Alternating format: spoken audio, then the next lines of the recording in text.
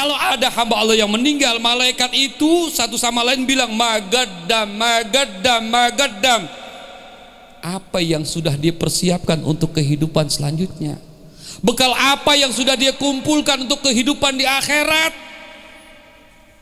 Maka dalam surah Al-Hasyr Allah Subhanahu wa taala mengingatkan kepada kita, ya ayyuhalladzina amanu taqullaha wal tanzur nafsun ma qaddamat ligat wattaqullah innallaha khabirun bima ta'malun.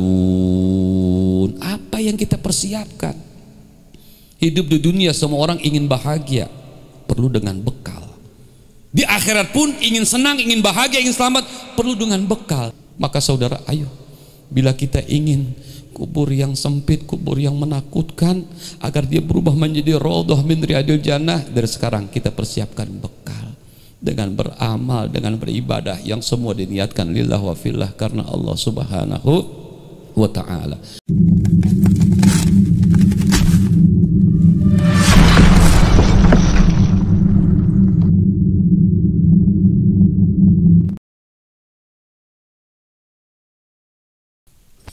Assalamualaikum warahmatullahi wabarakatuh.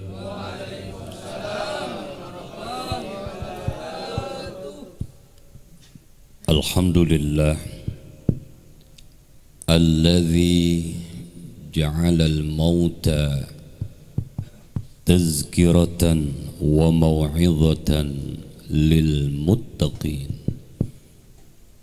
Wassalatu wassalam ala ashrafil mursalin Sayyidina Muhammadin wa ala alihi wa sahbihi ajma'in. Amma ba'd. Hadratil muhtaramin, para asatid, para kiai, para alimil ulama, serta para habaib yang sama kita muliakan, guru kita, pimpinan Majlis Ta'lim Al-Hidayah, ad-da'i ilallah wal mujahid fi sabilih, al-mukarram Ustaz Taufik Hidayat SPDI, matta'anallah bituli hayatihi syarifah wa nafa'ana bi'ulumih wa kassarallahu bi'amsalih. Guru kita Habibana al-Mahbub Al-Habib Fuad bin Husain Al-Idrus, orang tua kita Al-Ustadz Ahmad, mubaligh kita, guru kita Al-Ustadz Usman, begitu pula Ki Haji Zakaria Abdul Matin, begitu pula alhamdulillah hadir tengah-tengah kita tanpa disangka-sangka, hadir tengah-tengah kita, yakni Ustadz Uwas. Alhamdulillah, bukan Ustadz Abdul Somad tapi Ustadz Ahmad Suryanto. Amin ya Rabbal. Kan Uwas juga, betul? Betul? Iya. Begitu pula Ustadz Arsani, orang tua kita Bapak Mahfud, Bapak Ahmad Syarif, Abdul Nahrawi, serta para asatidz lainnya yang mohon maaf tidak saya sebutkan satu persatu. Tak lupa kepada keluarga besar almarhum Ayahanda Dudi Hidayat, yang semoga Allah Subhanahu wa ta'ala menjadikan kubur beliau raudhah min riyadil jannah. Amin ya Rabbal. Tak lupa kepada MC kita Ustadz Abdul Munir yang luar biasa, penuh dengan keceriaan malam hari ini. Alhamdulillah, kita doakan beliau pun selalu dan senantiasa diberikan oleh Allah kekuatan untuk selalu membimbing kita. Begitu pula guru kita Ustadz Abdul Razak dan yang lainnya. Hadirin hadirat, Bapak Ibu yang dimuliakan oleh Allah, ilmu demi ilmu, tausiah demi tausiah yang telah disampaikan oleh guru-guru kita, semua itu adalah merupakan mutiara yang sangat mahal harganya.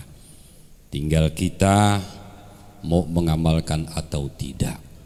Bila kita mengamalkan, insya Allah akan bermanfaat buat kita semua. Hadirin jamaah yang dimuliakan oleh Allah,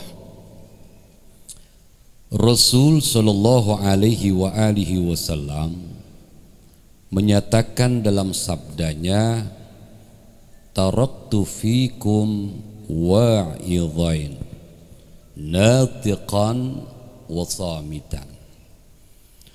Aku tinggalkan pada kalian, hai umatku, dengan dua juru nasihat.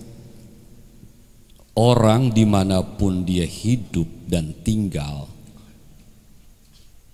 ketika mereka adalah orang-orang yang berhasil menggapai cita-cita, adalah orang-orang yang patuh dan melaksanakan apa yang dia dapat dari juru nasihat. Seluruh nasihat dari A sampai Z dia laksanakan, maka akan tergapailah apa yang dia inginkan. Saudara yang dimuliakan oleh Allah, maka Rasul sallallahu alaihi wasallam menyatakan dalam sabdanya, aku tinggalkan kepada kalian dua juru nasihat. Yang pertama, juru nasihat ini natiqan, dapat bertutur kata, berbicara. Yang kedua, wasamitan, dia bisu, tidak bisa bicara, namun statusnya adalah sebagai juru nasihat bagi kita. Saudara, kemudian mungkin kita bertanya, siapa juru nasihat bagi kita, untuk kita yang ditinggalkan oleh Rasul sallallahu alaihi wasallam yang dapat bertutur kata? Dialah Al-Quran. Siapa yang tidak bicara, dia bisu, dia gagu, tapi menjadi juru nasihat buat kita, dialah kematian. Maka hadirin ma'asyiral muslimin, jamaah sekalian yang dimuliakan oleh Allah, Allah subhanahu wa ta'ala menurunkan Al-Quran, semua itu tiada lain dan tiada bukan agar manusia ini hidupnya terarah, hidupnya tidak memperturutkan hawa nafsu. Maka Allah memberikan arah dan jalan hidup melalui perintah-perintahnya yang termaktub dalam Al-Quranul Karim. Makanya hadirin jemaah sekalian, di awal-awal surah Al-Baqarah Allah itu menyatakan bahwa orang-orang yang bertakwa itu adalah orang-orang yang beriman kepada yang gaib dan mendirikan sholat. Kemudian apa yang dia miliki, mungkin dia yang kerja, dia yang capek, kemudian dia kumpulkan hasil jeripahnya itu, namun dia tidak merasa milik dia. Dia tidak lupa untuk memberikan bagian kepada orang-orang yang berhak untuk menerimanya. Dia berinfak, dia mengeluarkan zakat. Begitu pula terhadap kitab-kitab yang Allah turunkan, mereka semua mengimani. Bahkan terhadap hari kemudian mereka meyakini akan kedatangannya. Maka Allah subhanahu wa ta'ala menyatakan, ulaika ala hudam mir rabbihim wa ulaika humul muflihun. Kelak ketika kita mau melaksanakan apa yang menjadi aturan Allah di alam dunia ini, kita akan menjadi orang-orang yang beruntung dunia dan akhirat. Saudara yang dimuliakan oleh Allah, karena apa Allah mengatur manusia? Karena Allah subhanahu wa ta'ala menciptakan manusia dalam bentuk yang sempurna. Laqad khalaqnal insana fi ahsani taqwim. Manusia diciptakan oleh Allah dalam bentuk yang sempurna. Kemudian manusia pun diberikan oleh Allah akal dan pikiran plus hawa nafsu. Malaikat tidak diberikan hawa nafsu, binatang diberikan hawa nafsu, ya, otaknya ada tapi tidak berpikir. Maka saudara, al-ahkamus syar'iyyah yang Allah turunkan ke alam dunia, yang termaktub dalam Al-Quranul Karim, semua itu tiada lain dan tiada bukan yang menjadi target dakwah, tiada lain adalah kita manusia. Makanya hadirin jamaah yang dimuliakan oleh Allah, dengan akal dan nafsu yang Allah berikan kepada kita sebagai hambanya, maka kita akan tetap dalam posisi hamba-hamba yang mulia di sisi Allah. Namun ketika tidak bisa memungsikan akal dan pikiran kita, lalu hidup lebih memperturutkan hawa nafsu, maka Allah akan menjungkir balikan posisi manusia itu, summa radadnahu asfala safilin. Maka hadirin, contoh yang paling gampang, al-ahkamus syar'iyyah ini, hukum Allah ini tidak berlaku buat binatang, tidak berlaku buat hewan, berlaku adalah untuk kita. Saudara, contoh yang paling gampang, hukum syariat itu kan ada berapa? Ada 5, sama seperti rukun Islam ada berapa? Ada rukun iman, rukun nikah, nah lupa pada itu. Amil tahu dia 5 pokoknya, ya 5 milih, 5 ya, 5 saudara. Hadirin, al-ahkamus syar'iyyah yang pertama fardu, kedua sunnah, ketiga haram, keempat makruh, kelima mubah. Ini al-ahkamus syar'iyyah akan senantiasa meliputi kita. Dari mulai kita mau tidur sampai kita bangun tidur, dari mulai kita berada di rumah, kita keluar rumah, kemudian berangkat menuju tempat tujuan, sampai tempat tujuan, bahkan sampai kembali kita ke rumah, maka berlaku hukum Allah sepanjang hidup kita. Nah saudara, hukum Allah ini kita jalankan, kita laksanakan, semua itu tiada lain agar apapun yang diperoleh umat manusia akan menciptakan ketenangan dan ketentraman dalam hidup. Makanya saudara, coba kita lihat persamaan manusia sama hewan, ada enggak? Ada enggak? Perbedaannya ada enggak? Ada. Contoh yang paling gampang, hewan dari mulai apa? Gajah, kambing, sapi, monyet, undur-undur, ya, jaing. Saudara, ini semua pun adalah makhluk Allah. Kita juga makhluk Allah. Coba kita lihat. Ini contoh yang paling dekat. Begitu pula manusia, ada laki, ada perempuan. Hewan ada jantan, ada betina. Manusia makan enggak? Minum enggak? Tidur enggak? Kawin enggak? Monyet makan enggak? Minum enggak? Tidur enggak? Kawin enggak? Tuh. Sama kan? Sama kan? Sama. Perbedaannya, hayya 'alas shalah. Siapa yang diseru? Manusia yang beriman atau hewan? Yang diseru adalah orang-orang yang beriman untuk mendirikan sholat 5 waktu. Kambing, monyet, kebo, ayam, gajah, semut, undur-undur enggak wajib. Betul. Makanya saudara yang dimuliakan oleh Allah, coba kita ngaca. Kalau kita mengaku orang Islam dari mulai lahir, dari mulai akil balik sampai wayah gini, rumah dekat ame masjid, rumah dekat ame musola, telinga dengar yang namanya kumandang azan 5 waktu, tapi masih juga nggak mau sholat. Ukur kita manusia apa hewan? Kita manusia apa hewan? Kalau kita manusia, ayo kita disuruh oleh Allah untuk mendirikan sholat 5 waktu. Hewan nggak diwajibkan oleh Allah. Nah, hadirin ma'asyiral muslimin, jamaah yang dimuliakan oleh Allah Subhanahu wa ta'ala.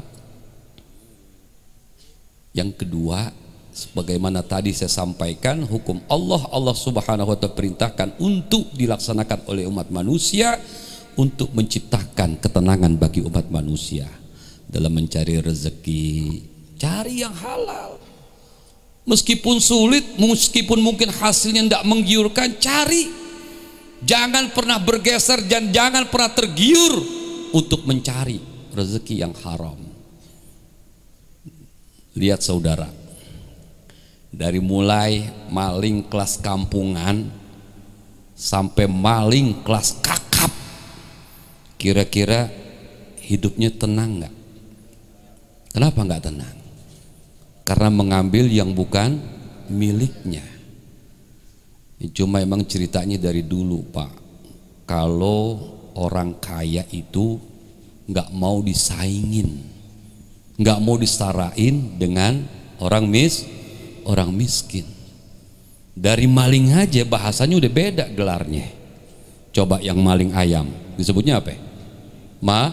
Maling. Ngambil jemuran disebutnya maling. Coba yang nilep uang rakyat, apa disebutnya maling? Apa disebutnya garong? Enggak, agak sopan dikit katanya. Apaan? Koruptor. Padahal kerjaannya sama nggak? Sama nggak? Sama. Ya, makanya Pak, ya kita biar juga orang kampungan mesti ngerti bahasa-bahasa kayak begitu. Jangan sampai ada orang tua nggak ngerti. Ya, ketika ditanya sama orang tua anaknya, "Nak, kamu kerja apa sih, Nak?" Anaknya bilang, "Koruptor, Mak." "Koruptor?" Alhamdulillah. Doain Mak ya. Iya, ntar kalau ngaji Mak minta Fatihah sama Ustaz Taufik. Begitu saudara. Ya Ustaz Taufik ngerti, kasih tahu. Ya kan, ya kalau umpamanya minta doa sama Ustadz yang nggak ngerti, sama Ustadz yang nggak ngerti, Ustadz doain anak saya sekarang Jakarta jabatannya naik dari apa? Jadi koruptor. Alhamdulillah ya, begitu saudara. Kalau nggak ngerti ya begitu. Akhirnya saudara kita doakan ya anak dari empok ini, insya Allah doain biar jadi koruptor kelas kakap. Al-Fatihah baca semua saudara. Ya, intinya sama, mengambil hak orang lah yang bukan milik, maling-maling juga tuh saudara. Nah, hadirin ma'asyiral muslimin, jamaah sekalian yang dimuliakan oleh Allah Subhanahu wa ta'ala. Jadi Allah ciptakan hukum untuk ketenangan, untuk ketentraman manusia. Yang kedua, saudara, bisa kita lihat dan kita perhatikan. Tadi manusia tidur, monyet tidur, manusia makan, monyet makan. Manusia bersenang-senang dengan pasangan hidupnya, dengan istrinya, maaf, monyet pun bersenang-senang. Cuma saudara, ya tadi Allah ciptakan kita akal dan Allah berikan pula syahwat. Inilah agama fitrah. Makanya para nabi, para rasul itu menjadi uswah, terutama baginda Nabi Muhammad, untuk menjadi contoh dalam kehidupan. Apapun yang kita lakukan, contoh apa yang dilakukan oleh baginda Nabi Muhammad. Dalam berumah tangga, lihat Rasulullah SAW, bagaimana romantisnya beliau dengan sang istri tercinta. Jadi panutan saudara. Bagaimana ingin menciptakan sebuah aturan untuk yang namanya berumah tangga, kalau seorang rasulnya itu maaf umpamanya tidak menikah. Maka hadirin yang dimuliakan oleh Allah, ini agama fitrah. Allah berikan, Allah ciptakan kita manusia, kemudian diberikan hawa nafsu. Silahkan nafsu itu kamu apa? Laksanakan, tapi harus mengikuti aturan Allah. Supaya apa? Dalam melaksanakannya pun dalam keadaan tenang. Contoh, si A ame si B, si A ame pasangannya, si B ame pasangannya. Si A ngikutin aturan Allah, dia nikah. Si B enggak nikah. Kira-kira yang tenang dalam melaksanakannya si A apa si B? Kenapa si A tenang? Karena nikah. Siapa yang nikahin? Ambil siapa? Ambil Nahrawi. Tuh saudara, tenang, ada saksi dan lain sebagainya. Luar biasa, tenang. Begitu malam pertama kasak kusuk, bang maaf bang, kayaknya orang kampung pada ngintip. Kata abangnya, tenang, kita udah nikah. Begitu saudara, betul, nggak resah, nggak takut digerebek, betul. Itu karena cakep menjalankan perintah si B cuma baru pacaran doang. Lo pacaran lu bertahun-tahun, kawin kagak. Ustaz jangan usil, biar masih pacaran, tapi pacaran saya pacaran syar'i. Maksud lo pacaran syar'i, Abi dan Umi, ya Abi Umi. Saudara, terlihat yang ini belum nikah, tapi ingin melampiaskan syahwatnya dimanapun dia laksanakan. Jangankan di rumah yang kosong, hatta di hotel yang berbintang 5 sekalipun. Tenang nggak? Tenang nggak? Nggak tenang. Apalagi di rumah kesak kusuk, bang, ada yang ngintip. Tuh, betul. Resah nggak dia? Gelisah nggak dia? Gelisah saudara. Tapi kalau yang orang menjalankan syariat Allah, perintah Allah, hukum Allah, tenang. Hatta dengar orang sekampung pada ngintip, kata abangnya, tenang aja, dia yang capek. Betul. Kira-kira yang ngintip sama yang diintipin capean siapa? Coba biar kompak, yang ngintip sama yang diintipin capean yang mana? Oh, berarti lo pengalaman ngintip. Nah hadirin ma'asyiral muslimin, jamaah sekalian yang dimuliakan oleh Allah. Oleh karena itu Al-Quran ini sebagai nasihat buat kita semua, bahwa hidup di alam dunia bukan hidup yang selamanya, ya, hidup yang kekal dan abadi adalah kelak kehidupan di akhirat. Oleh karena itu saudara, malaikat itu ketika ada hamba Allah yang meninggal, malaikat itu bilang begini, maqaddam. Tapi kalau manusia yang mereka katakan adalah ma khallaf. Itu bedanya. Kalau ada hamba Allah yang meninggal, malaikat itu satu sama lain bilang magaddam, magaddam, magaddam. Apa yang sudah dipersiapkan untuk kehidupan selanjutnya? Bekal apa yang sudah dia kumpulkan untuk kehidupan di akhirat? Maka dalam surah Al-Hasyr Allah Subhanahu wa taala mengingatkan kepada kita, ya ayyuhalladzina amanu taqullaha wal tanzur nafsun ma qaddamat ligat wattaqullah innallaha khabirun bima ta'malun. Apa yang kita persiapkan? Hidup di dunia semua orang ingin bahagia, perlu dengan bekal. Di akhirat pun ingin senang, ingin bahagia, ingin selamat, perlu dengan bekal. Cuma bedanya ketika hidup di dunia ingin bekal, ingin selamat, ingin bahagia, tercapai cita-citanya, maka bekal itu dari sekarang kita laksanakan. Di awal dengan nuntut ilmu, sekolah, kerja keras, insya Allah apa yang diimpikan jadi kenyataan. Tapi ketika kita ingin bahagia di akhirat, bukan nunggu nanti kita sudah mati, tapi justru bekal itu sekarang kita kumpulkan. Maka saudara, saya sekata dengan guru-guru kita tadi, insya Allah malam hari ini almarhum al-maghfurlah orang tua kita, ya, Bapak Dudi Hidayat, meskipun sudah 9 tahun, dia seorang diri di alam kubur, tempat yang sempit, tempat yang gelap, tempat yang menakutkan, tapi karena meninggalkan zurriyatan thayyibah, meninggalkan auladan salihin, maka saudara, kubur yang gelap menjadi terang, kubur yang panas menjadi sejuk. Kenapa? Karena mendapatkan kiriman doa dari anak-anaknya, terutama pada malam hari ini, saudara. Maka hadirin, acara semacam ini bisa membuat hati kita hidup, bisa juga membuat hati kita mati. Membuat hati kita hidup ketika kita pandai mengambil ibrah, mengambil pelajaran. Masya Allah, ayah Dudi 9 tahun sudah meninggal, tapi luar biasa doa dan munajatnya nggak pernah lepas dari anak dan cucunya. Maka saudara, ayo, bila kita ingin kubur yang sempit, kubur yang menakutkan, agar dia berubah menjadi raudhah min riyadil jannah, dari sekarang kita persiapkan bekal dengan beramal, dengan beribadah yang semua diniatkan lillah wa fillah, karena Allah Subhanahu wa ta'ala. Ma'asyiral muslimin, karena apa saudara? Karena siapapun orangnya, ketika dia sudah memasuki alam kubur, entah setahun, entah 2 tahun, entah 3 tahun, terik panas, guyuran hujan, yang dinantikan ketika dia seorang diri, maaf, bukan minta supaya pusaranya diperbagus, bukan minta supaya namanya diukir dengan tinta emas, dengan batu granit. Dia tidak berharap bahwa di atas onggokan tanah pusaranya ditumbuhi dengan rumput-rumput yang sangat indah. Bukan itu yang diharapkan, tapi yang diharapkan adalah doa. Doa, saudara. Makanya orang tuh kalau lagi munggahan, kan semua anak pada datang. Yang nggak seminggu sekali, yang nggak pernah sebulan sekali, setahun sekali pasti datang ke kuburan. Ada orang tua yang senang didatengin ame anaknya, ada juga yang sedih. Yang senang ya tadi anaknya datang, mungkin sendalnya sendal swallow, pulang dari musola ketuker lagi. Yang satu merah, yang satu hijau, saudara. Yang 143, 139.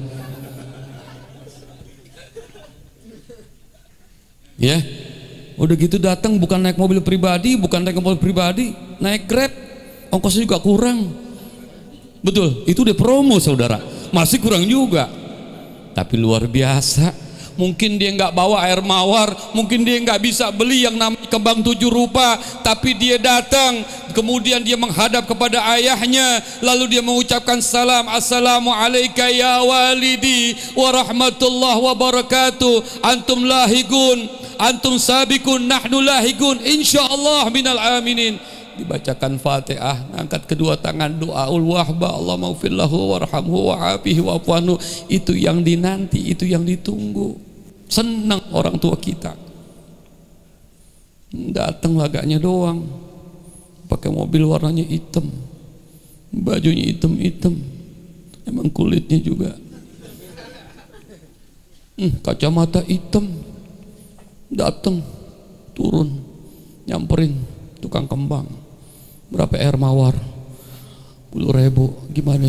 1.200. Buat orang tua setahun sekali masih ditawar, saudara. Ini kembang 7 rupa berapa? Padahal nggak ada 7 rupa, paling 3 rupa. Masih ditawar juga.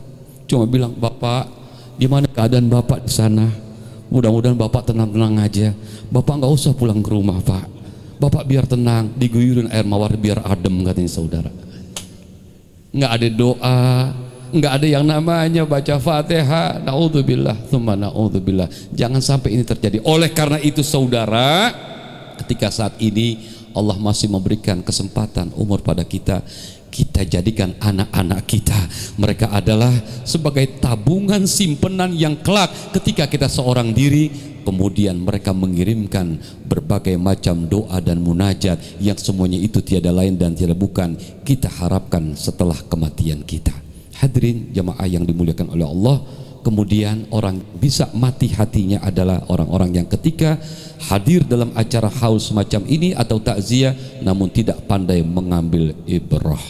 Nah, kemudian yang kedua, juru nasihat yang ditinggalkan oleh Rasul tiada lain somitan, yang bisu, dia tidak bicara namun dia sebagai juru nasihat buat kita. Siapa? Itulah kematian. Nah, oleh karena itu mudah-mudahan dengan acara haul pada malam hari ini kita semua bisa mengambil ibrah. Kita ngiri, kita pengen meskipun sudah puluhan tahun kita meninggal dunia, namun anak cucu kita bukan hanya mereka memperebutkan warisan kita, bukan hanya merebutkan harta benda kita. Bagi mereka saudara, kita harapkan sepeninggal kita sedetik pun mereka tidak melupakan jasa-jasa kita, mereka pun tidak melupakan akan doa dan munajat.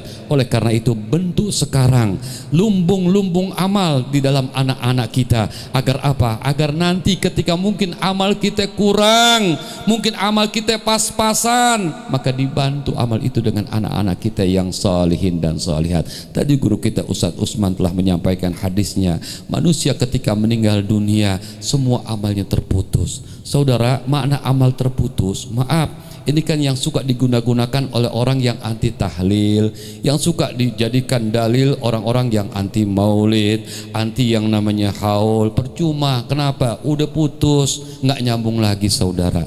Saudara, apapun kalau nggak nyambung, apapun kalau nggak nyampe, maaf, kira-kira balik lagi nggak ke kita? Kita ngirim paket, kemudian nggak nyampe, balik lagi nggak? Balik lagi kita nelpon, begitu nelpon ternyata nggak nyambung, tuh pulsa berkurang nggak? Enggak berkurang saudara. Nah, kita baca Fatihah, tuh Fatihah baik lagi gak sama kita? Tuh doa baik lagi gak sama kita? Berarti nyampe, enggak percaya juga, mati dulu dah. Nah, saya suka bilang kalau ada orang kayak begitu, nyinyir acara maulid, nyinyir acara tahlil, nyinyir acara yasinan, dia bilang percuma, sia-sia. Besok kebetulan tuh orang, maaf, ada keluarganya yang meninggal. Kita datang.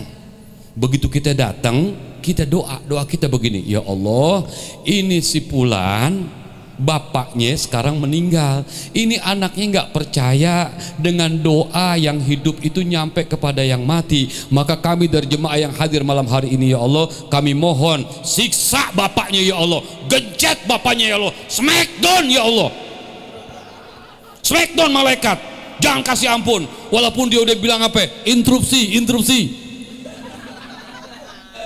gencet ya Allah. Saudara, kira-kira itu anak yang anti tahlil marah nggak? Kesel nggak? Kesel. Mesti kalau dia kesel, bang, sini, kok doanya begitu? Jangan marah. Kan lo bilang Fatihah nggak nyambung. Iya juga sih ya, begitu. Iya nggak nyambung, tapi nyelekit banget doanya bang. Begitu saudara. Makanya hadirin jemaah sekalian yang dimuliakan oleh Allah Subhanahu wa Ta'ala, kepada hal-hal yang buatan rekayasa manusia aja kita percaya, masa kepada teknologi Allah kita nggak percaya. Makanya selalu saya sampaikan, ketika pandemi itu ya berlangsung sampai sekarang juga mungkin masih berlangsung saudara, kita ambil hikmah terbesar apa? Lebih kita meyakini, mengimani, mempercayai dengan kekuasaan Allah yang pakai masker, yang cuci tangan, yang jaga jarak. Kalau kita tanya kenapa? Biar selamat atau tidak terpapar dari corona. Kalau kita bilang ente yakin ada virus? Yakin. Pernah lihat bentuknya virus? Enggak pernah. Tapi kalau ente yakin, ya yakin aja. Tuh, kepada yang belum lihat aja ente percaya. Betul. Kepada yang gaib, yang memang udah masuk dalam ruang lingkup akidah, kita mesti lebih percaya. Nih, kalau lagi kumpul begini, maaf, tiba-tiba ada yang buang gas. Ya, gasnya gas muda lagi, kan enak banget. Betul nggak? Gas muda, kebuli belum keluar udah keluar itu gas muda. Gimana rasa-rasa?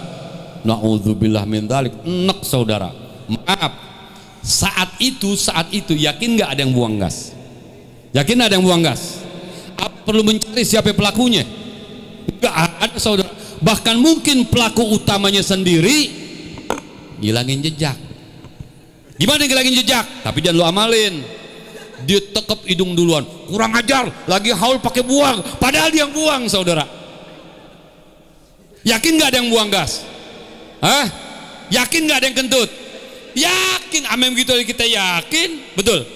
Apalagi dengan perkara-perkara gaib yang disampaikan oleh baginda Nabi Muhammad Sallallahu alaihi wasallam. Hadirin, mari kita jadikan ibrah pada malam hari ini bahwa siapapun kita, cepat atau lambat pasti mati. Permasalahannya adalah kita mohon kepada Allah agar kelak akhir hayat kita dalam keadaan husnul khotimah, akhir hayat kita di tempat dan waktu yang baik. Allah jauhkan diri kita daripada su'ul khotimah. Amin ya rabbal alamin. Hadirin, ini saja sekedar yang dapat saya sampaikan.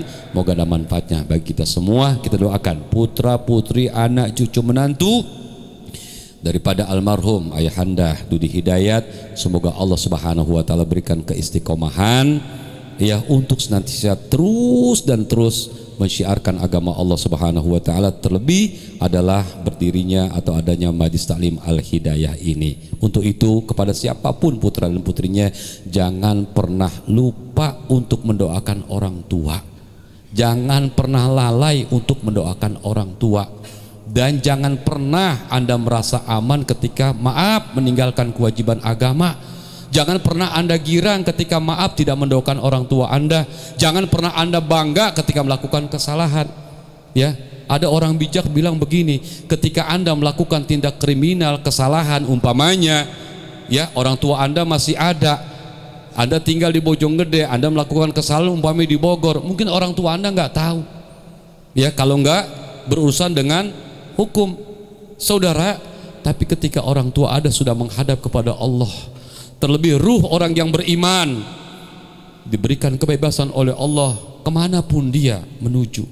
Saudara, yang harus kita renungkan, mungkin saja saat kita maksiat, mungkin saja saat kita terlena dalam kelalaian, orang tua kita ada di samping kita menyaksikan segala perbuatan yang kita lakukan.